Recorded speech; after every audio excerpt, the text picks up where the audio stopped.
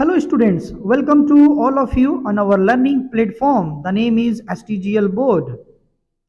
प्यारे बच्चों, आज हम लोग क्लास 12 के इकोनॉमिक सब्जेक्ट का पार्ट बी का एक बहुत ही महत्वपूर्ण शीर्षक जिसका नाम है स्कोप ऑफ मैक्रो इकोनॉमिक्स यानी समष्टिगत अर्थशास्त्र के क्षेत्र का आशय उन दायरे से है जो समष्टिगत अर्थशास्त्र के अंतर्गत सम्मिलित होते हैं, जैसे राष्ट्रीय आय का सिद्धांत,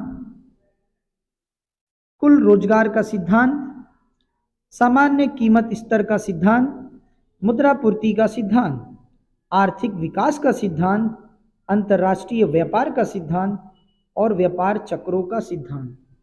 ये सभी सिद्धांत समष्टिगत अर्थशास्त्र के क्षेत्र यानी दायरे के अंतर्गत आते हैं और हम इन सभी सिद्धांतों का अध्ययन समष्टिगत अर्थशास्त्र के क्षेत्र के अंतर्गत ही करते हैं, क्योंकि ये सब की सब जो सिद्धांत हैं ये समस्त से संबंधित है, संपूर्ण अर्थव्यवस्था से संबंधित है।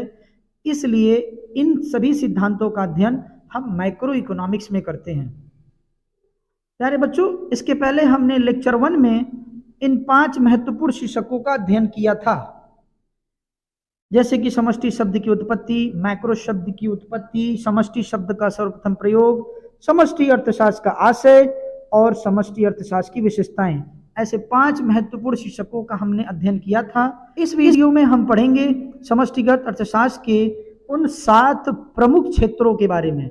हालांकि क्षेत्र इससे भी ज्यादा है, लेकिन हमारे लिए एग्जाम के पॉइंट ऑफ व्यू से और नॉलेज के पॉइंट ऑफ व्यू से 7 बहुत ही सफिशियंट है। तो हम इन 7 का एक एक करके संक्षिप्त रूप से अध्ययन करेंगे। हमारा सबसे पहला शीर्षक है राष्ट्रीय आय का सिद्धांत। समष्टि अर्थशास्त्र के अंतर्गत राष्ट्रीय आय की विभिन्न अवधारणाएं एवं उनकी विशेषताएं तथा राष्ट्रीय आय के मापने की विधियों का अध्ययन किया जाता है। इसके अतिरिक्त राष्ट्रीय आय में वृद्धि किन किन बातों पर निर्भर करती है, उन सभी कारकों से संबंधित सभी पहलुओं का अध्ययन किया जाता है। प्रस्तुत सिद्धांत में विभिन्न अवधारणाओं का उल्लेख है। अवधारणा का आशय अर्थ एवं परिभाषाओं से होता है, जिसे समय समय पर विद्वानों ने दिया है। दूसरा शीर्षक इसमें है विशेषताएं। विशेषता जिसे हम लक्षण कहते हैं, जिनसे हम राष्ट्रीय आय की विशेषताओं का अध्ययन करते हैं, उनके लक्षणों का अध्ययन करते हैं। तीसरा है राष्ट्रीय आय के मापने की विधियां। विधियों का आशय उन 3 विधियों से है, जिसमें पहली है मूल्य वृद्धि विधि, दूसरी है उत्पादन विधि और तीसरी है कुल व्यय विधि। इन तीनों विधियों का विस्तार से हम आगे के शीर्षकों में अध्ययन करेंगे। और साथ ही इस सिद्धांत के अंतर्गत हम इस बात का भी अध्ययन करते हैं कि राष्ट्रीय आय में वृद्धि किन किन बातों पर निर्भर करती है। उन सभी कारक और उन सभी पहलुओं पर हम अच्छे से विचार विमर्श अर्थात हम विश्लेषण करते हैं। हमारा दूसरा क्षेत्र है राष्ट्रीय रोजगार का सिद्धांत। समष्टिगत अर्थशास्त्र के अंतर्गत राष्ट्रीय रोजगार निर्धारण के विभिन्न संघटकों जैसे सामूहिक मांग, सामूहिक पूर्ति, कुल उपभोग, कुल बचत, कुल निवेश एवं निवेश गुणक आदि का अध्ययन किया जाता है। इस सिद्धांत के अनुसार एक देश की अर्थव्यवस्था में रोजगार के स्तर को जानने के लिए अर्थशास्त्री इसी सिद्धांत का प्रयोग करते हैं। इस सिद्धांत के अंतर्गत बहुत सारे संगठक हैं, जैसे सामूहिक मांग। ये एक शब्द नहीं बल्कि एक बहुत बड़ी अवधारणा है। सामूहिक पूर्ति ये भी शब्द नहीं है, एक बहुत बड़ी अवधारणा है। इनके बारे में हमें आगे विस्तार से चैप्टर में पढ़ने हैं। कुल उपभोग, कुल बचत, कुल निवेश, इस पे भी एक चैप्टर है। निवेश गुणक आदि का अध्ययन भी इसी राष्ट्रीय रोजगार के सिद्धांत के अंतर्गत किया जाता है। और इस सिद्धांत के प्रयोग करने का एक ही उद्देश्य है, देश में रोजगार की स्थिति का पता लगाना। हमारा तीसरा क्षेत्र है सामान्य कीमत स्तर का सिद्धांत, theory of general price level. इस सिद्धांत के अंतर्गत पूरे देश में कीमत स्तर यानी प्राइस लेवल तथा मुद्रास्फीति इन्फ्लेशन और अस्फीति डिफ्लेशन जैसी स्थितियों का विश्लेषण किया जाता है। कीमत स्तर यानी पूरे देश में थोक कीमत सूचकांक कितना चल रहा है। मुद्रास्फीति, मुद्रास्फीति बाजार की उस अवस्था को कहते हैं जिसमें मुद्रा का मूल्य कम हो जाता है और वस्तुओं का मूल्य बढ़ जाता है। अस्फीति मुद्रास्फीति का विपरीत होता है, उल्टा होता है। इसमें वस्तुओं की कीमत घटने लगती है और मुद्रा का मूल्य बढ़ने लगता है। ऐसी तीन महत्वपूर्ण पहलुओं का अध्ययन हम इसी सिद्धांत के अंतर्गत करते हैं। इसके साथ ही महंगाई बढ़ने या घटने के कारण एवं उनका अर्थव्यवस्था पे प्रभाव तथा नियंत्रण के उपाय भी इसी के अंतर्गत आते हैं। जैसा कि मैंने अभी बताया, मुद्रास्फीति, मुद्रास्फीति वह अवस्था है जिसमें वस्तुओं का मूल्य बढ़ने लगता है और मुद्रा का मूल्य घट जाता है। तो वस्तुओं का मूल्य बढ़ेगा तो महंगाई बढ़ने लगी, वस्तुओं का मूल्य घटेगा तो महंगाई घटने लगी।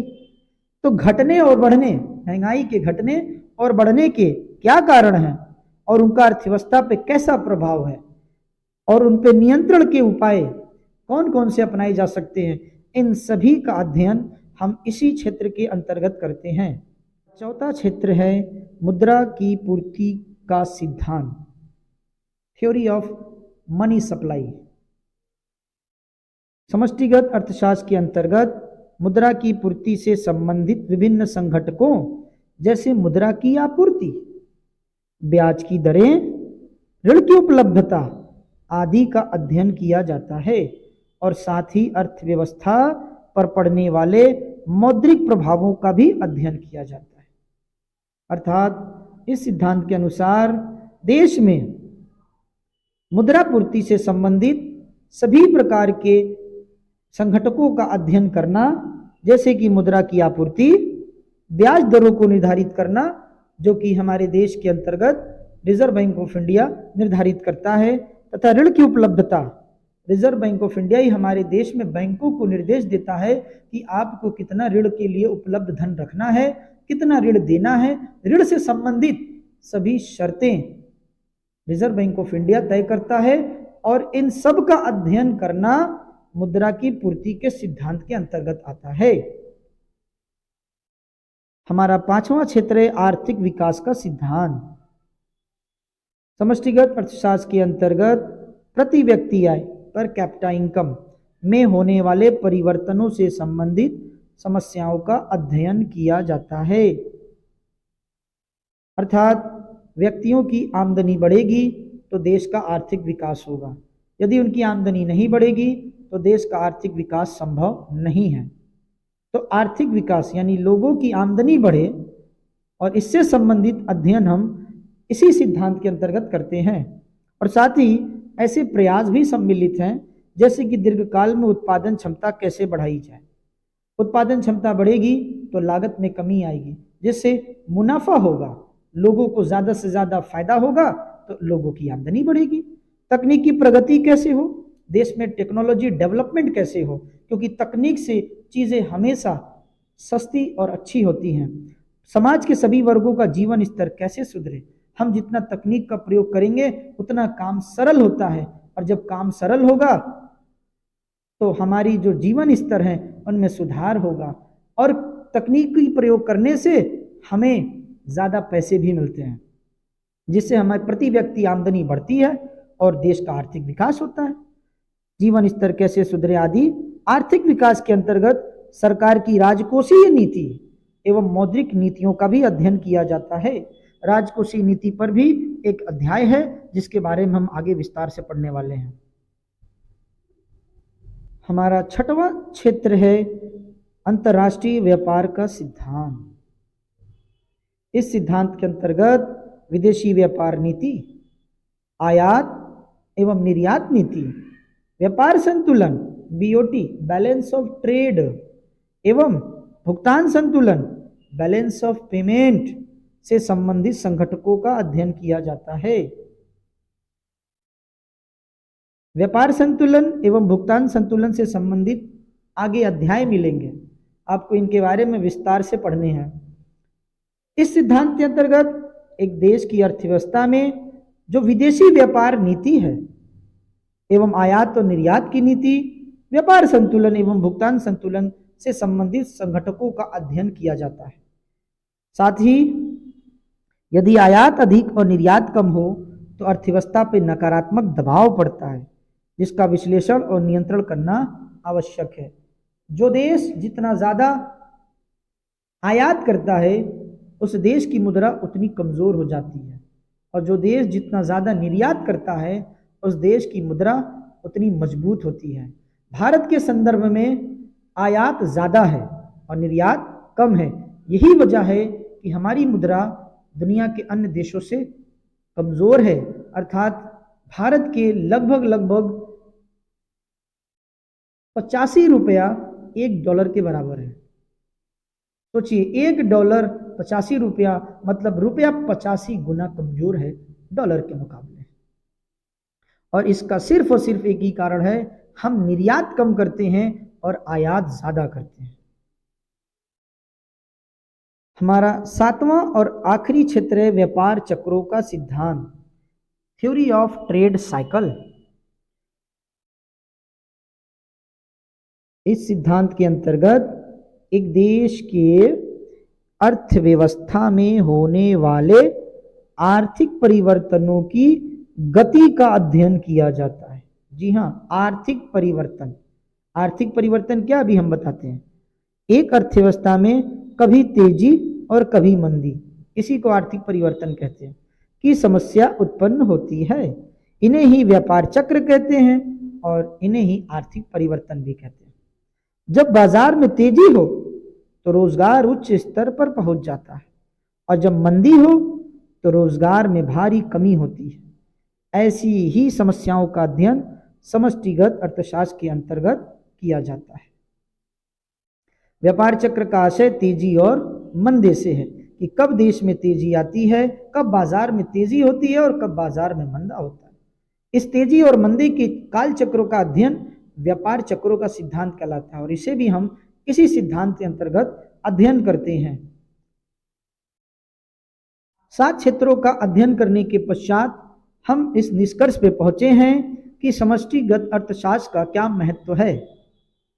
इसकी महत्वता को जानने के लिए इसे हम पढ़ते हैं।